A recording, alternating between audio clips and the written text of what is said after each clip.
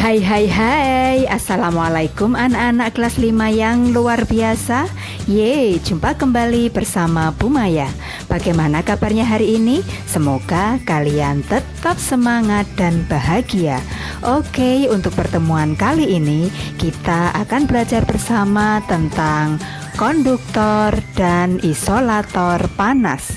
Materi ini adalah materi kelas 5, tema 6, subtema yang ketiga. Oh iya, jangan lupa like dan subscribe video Bu Maya ya. Terima kasih. Yuk kita mulai belajar bersamanya.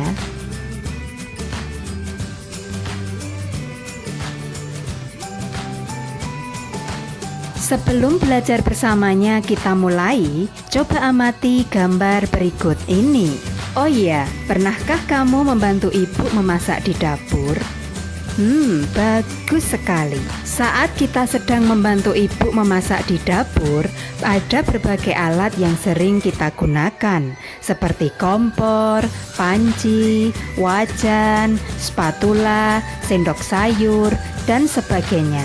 Semua alat-alat itu kita butuhkan saat kita memasak di dapur.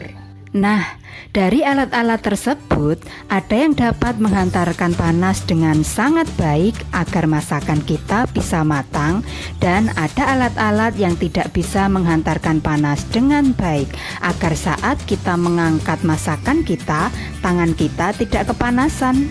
Nah, benda-benda itulah yang sering kita sebut dengan benda konduktor dan isolator panas. Mari kita pelajari bersama-sama.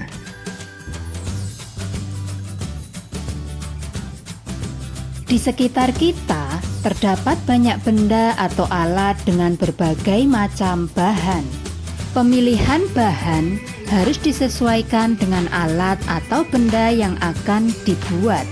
Contoh, saat kita ingin membuat payung, tentu saja bahannya berbeda dengan saat kita ingin membuat panci. Saat kita ingin membuat payung, tentu kita akan memilih bahan yang ringan dan tidak tembus air. Nah, saat kita ingin membuat panci, tentu kita akan memilih bahan yang tidak mudah berkarat, ringan, dan penghantar panas yang baik agar masakan kita bisa matang.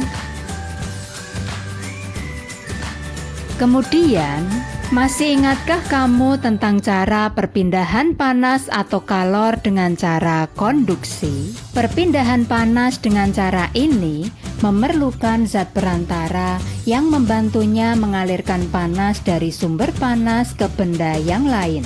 Ingatkah kamu bahwa panas mengalir dari tempat yang panas menuju ke tempat yang lebih dingin? Bagus sekali. Ternyata kamu masih mengingatnya dengan baik. Nah, di rumah kita ada benda yang dapat menghantarkan panas dengan baik dan ada benda yang tidak dapat menghantarkan panas dengan baik. Kira-kira apa saja ya? Mari kita cari tahu bersama-sama.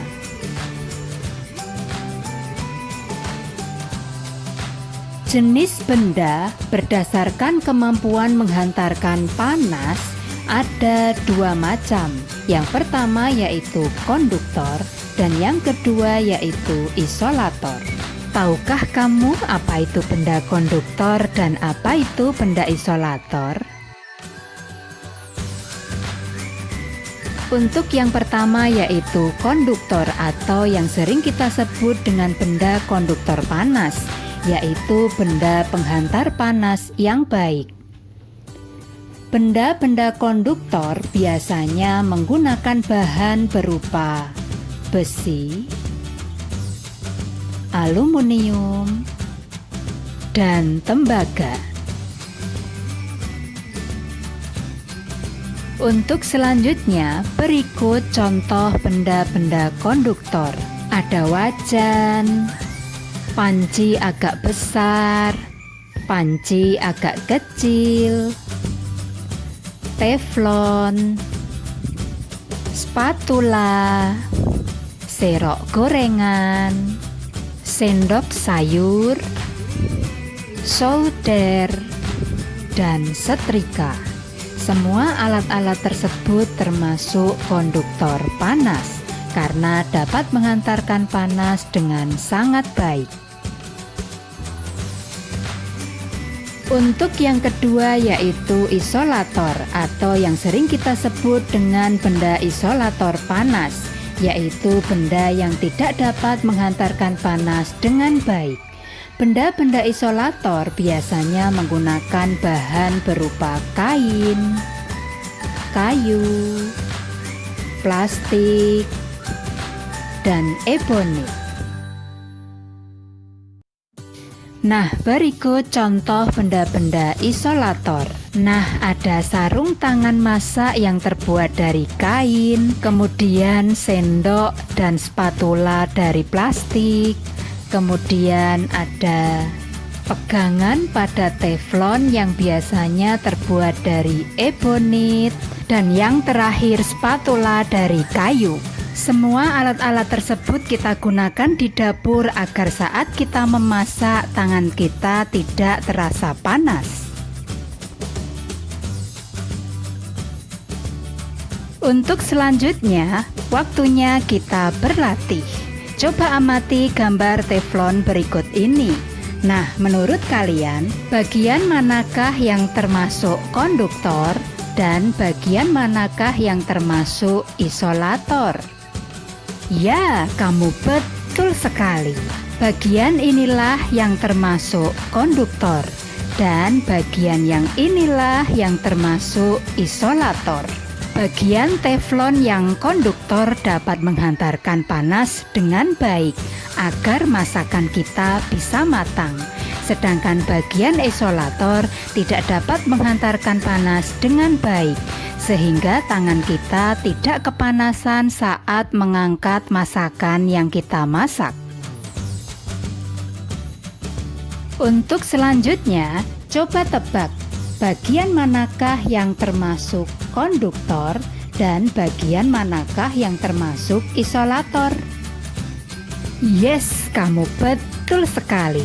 Bagian yang ini yang termasuk konduktor dan bagian yang atas ini yang termasuk isolator. Nah, demikianlah tadi contoh-contoh alat konduktor dan alat-alat isolator.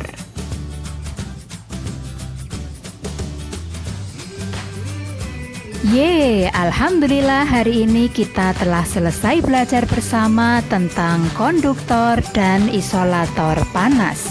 Bagaimana? Apakah kalian sudah mengerti? Wow, kalian memang luar biasa. Oke, jangan lupa like dan subscribe ya. Dan sampai jumpa di pertemuan yang berikutnya. Terima kasih. Wassalamualaikum. Bye.